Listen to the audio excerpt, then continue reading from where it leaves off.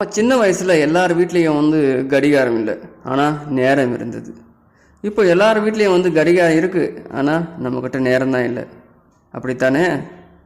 மதிப்பில்லாத இடத்தில் பேசாதே, கௌரவம் இல்லாத இடத்தில் நிற்காதே. அன்பில்லாதவங்க போல, அதாவது அன்பில்லாதவங்க மேலே ஆசை வைக்காத. உனக்கு பிடிக்காத விஷயங்களுக்கு யாரிடமும் மன்னிப்பு கேட்காது. அதே போல் உனக்கு இஷ்டமில்லாத விஷயத்தில் யாருக்கும் புத்திமதியும் சொல்லாது. நிராகரிக்கும் இடத்தில் எதையும் எதிர்பார்க்காதே, அலட்சியப்படுத்தும் இடத்தில் எதையும் பேசாதே. சுயமரியாதையை எங்கும் விட்டு கொடுக்காதே, போலியானவர்கள் மீது ஒரு போதும் பாசம் வைக்காதே. உன்னை ஏளனமாக பார்க்குற இடத்துல எதையுமே செய்யாத, போலியானவர்கள் காட்டும் பாசம் எனும் வேஷத்தை கண்டு ஏமாந்து விடாதே. உன்னுடைய நேர்மையை மதிக்காத இடத்தில் ஒரு வினாடி கூட வீணடிக்காதே. முகத்தில் புன்னகை இருந்தால் மட்டுமே இந்த சமுதாயம் நாம் நினைக்கிற மாதிரி இருக்கும்.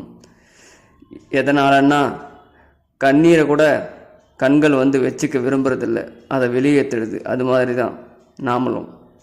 நேர்மையானவர்களை துரத்திவிட்டு துரோகிகளை சேர்த்து கொள்வது எப்படி இருக்கும்னா, கையில் இருக்கிற தங்கத்தை தூக்கி எரிஞ்சிட்டு கீழே இருக்கிற தகரத்தை கையில் எடுக்கிற மாதிரி.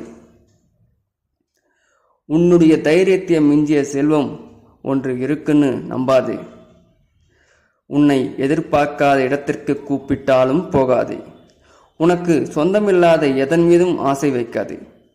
எந்த நேரத்திலும் தோல்வியை கண்டு பயப்படாதே.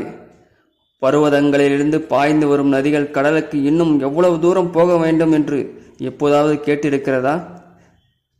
யோசித்து பாருங்கள்.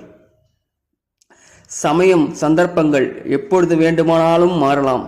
அதனால் யாரையும் உதாசீனப்படுத்தாதீர்கள். நாம் எவ்வளவோ வலிமையானவர்களாக இருக்கலாம், ஆனால் நேரம் நம்மை விட சக்தி வாய்ந்ததுன்னு மறக்கக்கூடாது.